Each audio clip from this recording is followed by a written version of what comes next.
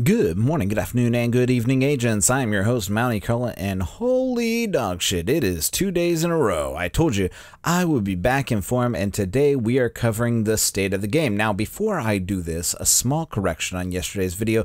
There are some items that are only obtainable through the encrypted cache boxes, and only when you get all 22 do you get the full astronaut suit. Now, when you collect something, and we'll talk about this in just a minute, you will get a piece of the astronaut suit, but this does make it much more of a gambling mechanism, although it is not required for you to pay for the boxes, but I assume you will probably need to pay a lot of money in order to get all of the items to get the astronaut suit. Thus, you are gambling on getting that. So there is that aspect. Truthfully, they just want you to pay money over and over again and cash in on the chance train.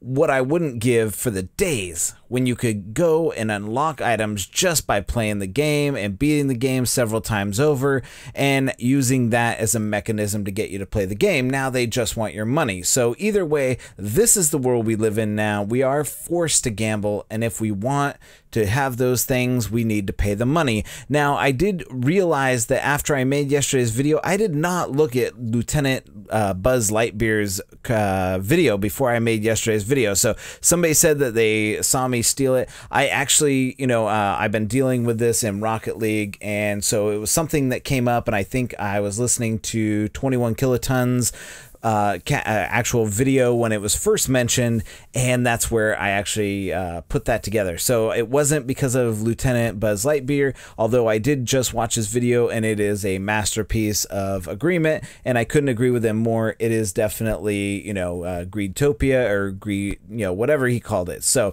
now, watching the intro of the state of the game, let's go ahead and get into that, because it is hilariously funny, because they have this game designer from Massive named Matt Wigby, who looks like his role is whitest American guy at Massive. Now, being a game designer, the chat automatically is like, what can we blame this douche for? And honestly, you can blame him for all the shitty decisions being made in the game, because he is obviously part of the collective design hive mind that they talk about when they say, well, we have to back our design team when they make these shitty decisions. So why else would he come on the state of the game by himself, if not to take the bullet directly in the face from the audience firing squad? Classified drop rates, that's this guy's fault. Child gambling caches, look at the white dude peddling his wares to the kids. All you needed was Chris Hansen to come out and offer this guy a seat and say, hey, yes, it is this guy's fault. Because who else's fault would it be but the design team? I mean, it's not this guy's fault. They're just putting a face so that we can all direct our anger toward that guy.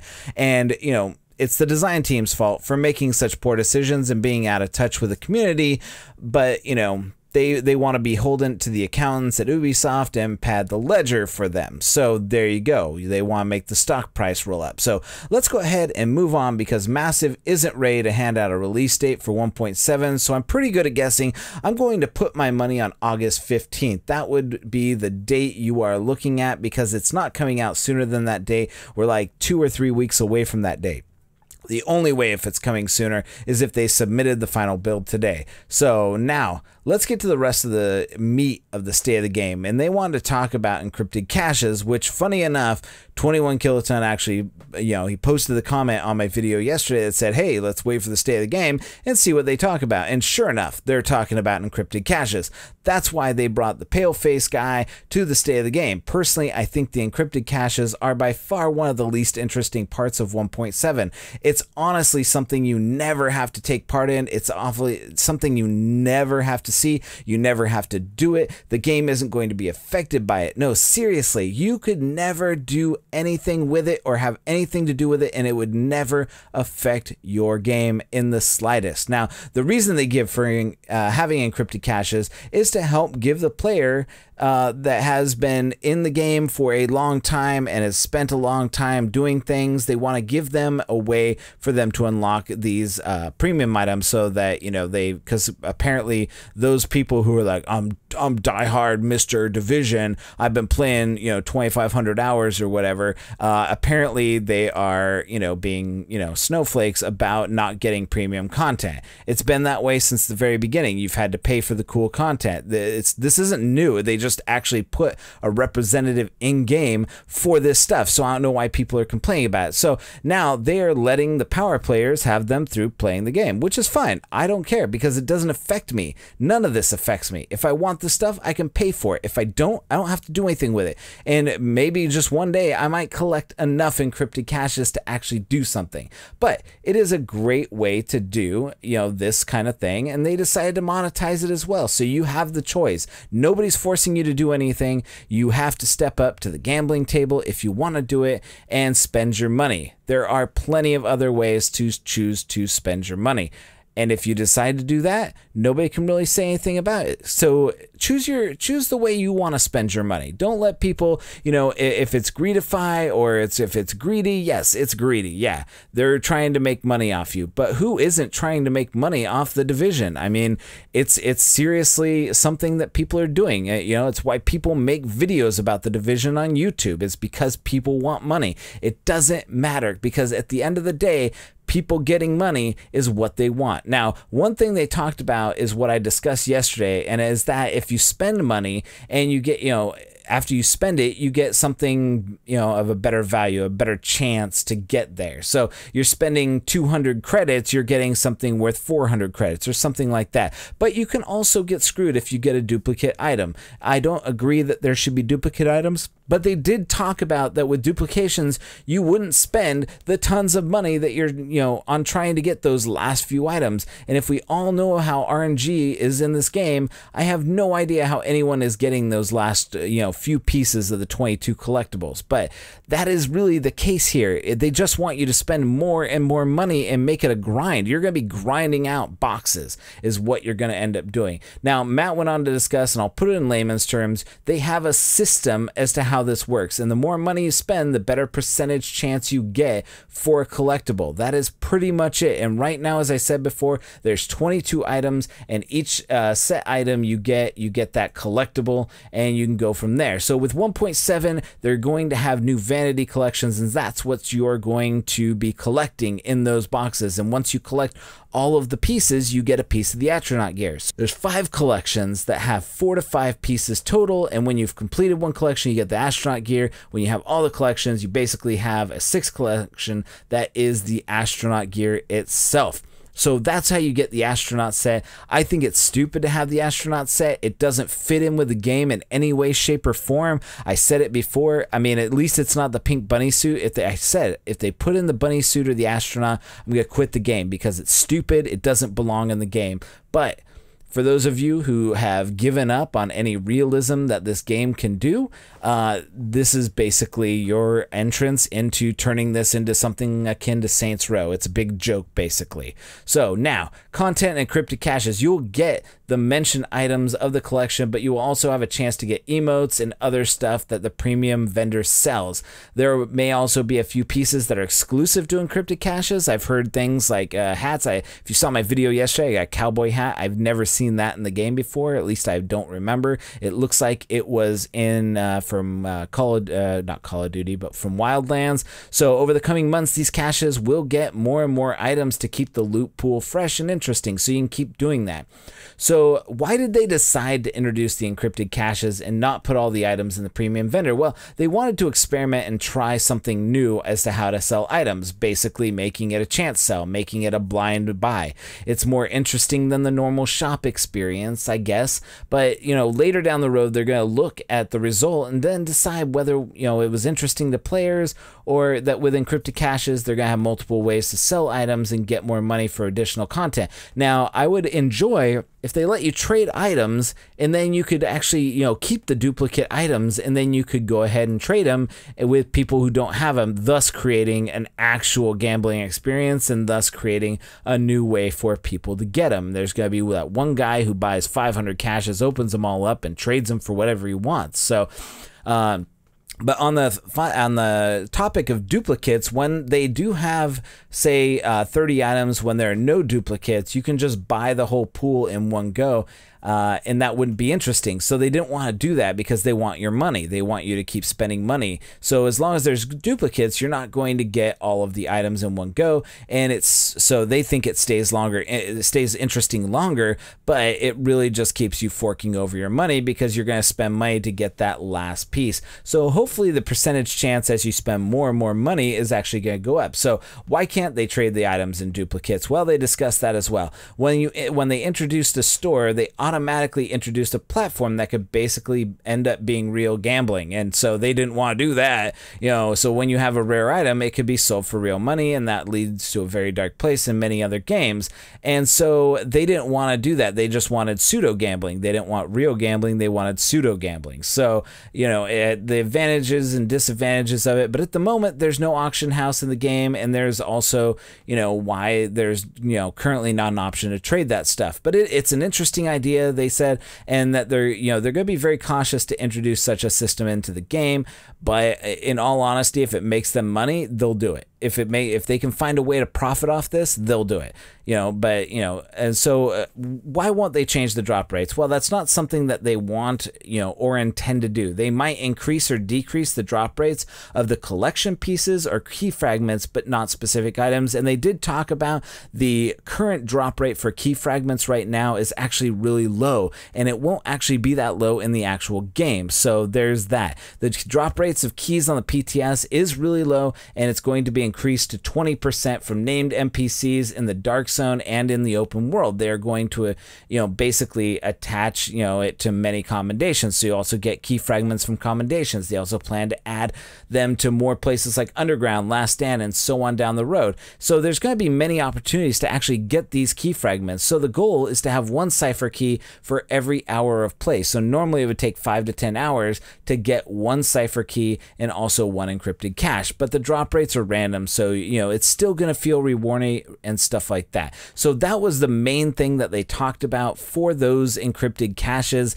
At the end of the day, they want your money. If they can figure out a way to monopolize on, monetize, not monopolize, but monetize trading, they're going to do that as well. They're going to, they'll monetize the shit out of it. They will monetize it into oblivion. Anything they can do with this game to monetize it is going to be monetized. That's just the way it is. And whether or not you think it's gambling or it's pseudo gambling, it's still spending money for a chance to get an item. And they're hoping that players that want that, especially banking on the completionists, people that have, potential gambling addictions and stuff like that, are going to come in here and they're going to give you, on day one, they're going to give you something free. They're going to give you a cache for free. That way they can go ahead and give you your first hit, right into the vein, right into that vein, right there. They're going to give you that hit. So that way you get that euphoria feeling from it. And then you're going to start spending money on the actual caches and keys and stuff. So there is that. And so let's go ahead and just dive into the remainder of that. They have been many complaints about the lag and performance. I've seen the issues with it, but I haven't seen any lag. But lag is on their priority list. It's one of the top things. They've always been doing it. They've been doing it since day one. But right now, there is a big investigation going on to look into vision content landscape to find features and issues that cause the performance issues. So they're really looking at that. Maybe if you didn't have a server for the Dark Zone and a server for the open world, there might not be a lag issue. Maybe boost the Dark Zone servers to actually encompass the majority of the game. But they're, the problem here, let me go ahead and lay the problem out for you, because this is the actual problem, and that you're going to face. The open world that we see today, that is 1-to-1. Everybody needs an open world. So everybody has one of those open worlds, but the Dark Zone is a shared server. So it's shared between 16 people or up to 16 people. So you can have, so they can actually limit the number of Dark Zones, but they cannot limit the number of open worlds. So once you connect to the open world, you're actually online. You're not playing a single player game. You're still online on their servers. And so every single person out there. So if there's 200,000 people playing, there are 200,000 instances. If everybody was doing single player, there's 200,000 instances of that open world. Once you get into the Dark Zone, there's only 1/16 of that. So there's that issue that we're running into, because those things are going to cause lag because they have to keep it open. They can't let, release it to somebody else once it's there. Every person, once you're in the dark zone, you're going to have that. So it's just servers are bogging down. Next, there's contamination on PTS3. Yes, it's currently too strong. They do know it. They're going to fix it. They're going to dumb it down. And they're looking into the issue with the sausage shotguns. They want to make sure that there's stuff like that.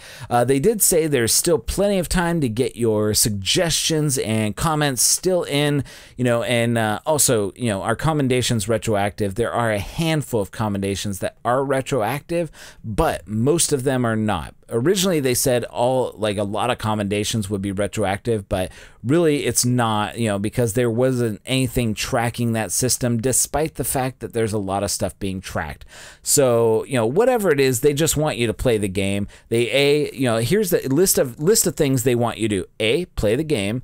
B, spend money. Those are the two things they want you to do in the game.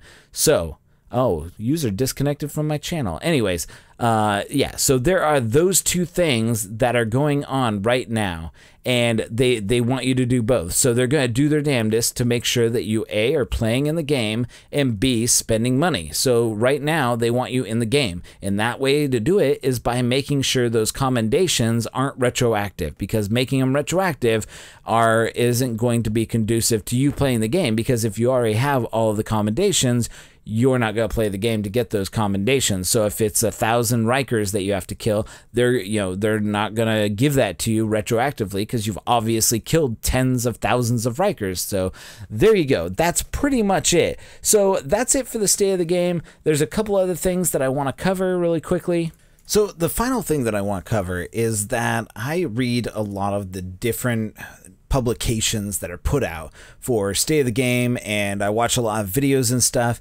And the gentleman who puts together the State of the Game for the DZPD, Krusty Irishman, I do salute you. You put together one hell of a newsletter, but your comment at the end is actually off base. I think you misunderstood what Yannick was saying. He was reading a comment from the side gallery, and it wasn't that he was saying that they suck. So what he said was basically that it was painful at the end because they provided some information, but Yannick telling the community they suck and the situation is terrible for him because that's not community, that's customer base.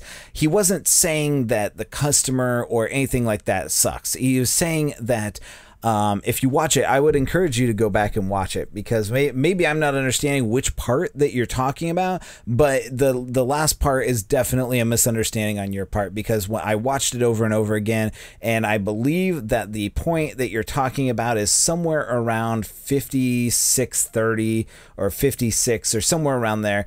Somebody actually made the comment that said that it said something like you guys suck or something, and Yannick reads it off the screen and he says you suck, and then he says thanks guy. He gives a thumbs up, but you'll see after that he looks to Matt and he says something like, oh Matt, he was talking about you suck. And it wasn't, so it wasn't he wasn't telling the community that they sucked. He was reading a comment and mentioning it. So that I just want to go ahead and clear that up, because I don't think that your comment at the end was misleading. So I just want to go ahead and do that, and I want to go ahead and say big props to 21 Kiloton. I'm definitely looking forward to your fat white guy, whatever you do with some fat white guy up on the screen, because that's gonna be hilarious. Because there were definitely parts where he was like, how do we make the state of the game better? Let's make the state of the game better. And then Yannick goes and says fix the game, and I'm just dying here, because that was probably the funniest part of the game, or part of the state of the game, was them saying that. Like, I'm like, you just said that on screen, like you said that. So that was pretty funny, but it definitely is going to provide us with some funny informational stuff from Kiloton, so I'm looking forward to that. So anyways, that's been my time. Thank you so much for listening and watching whatever gameplay that I'm throwing up over this.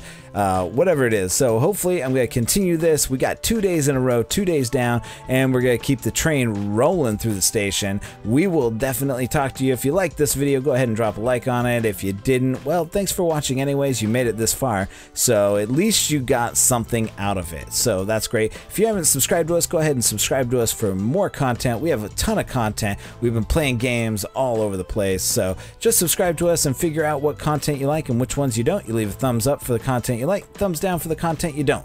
So there you go. Subscribe to us. It's a fun time. There's lots of people who join us from time to time. We do family game nights on Fridays and Saturdays, so join us for those. We welcome anybody. There's usually 8 slots available. I'm going to try and do it on Twitch from now on, so all of my YouTube players that come over from YouTube, I try to do it over on Twitch just because the buffering time is a little bit less. So thank you so much for watching this. For all of us here at Gun Brothers Gaming, I'm Mounty Carl, and for all of us there at the State of the Game and the whitest guy that you'll ever see in Malmo, Sweden, that was Matt Wigby, game designer extraordinaire.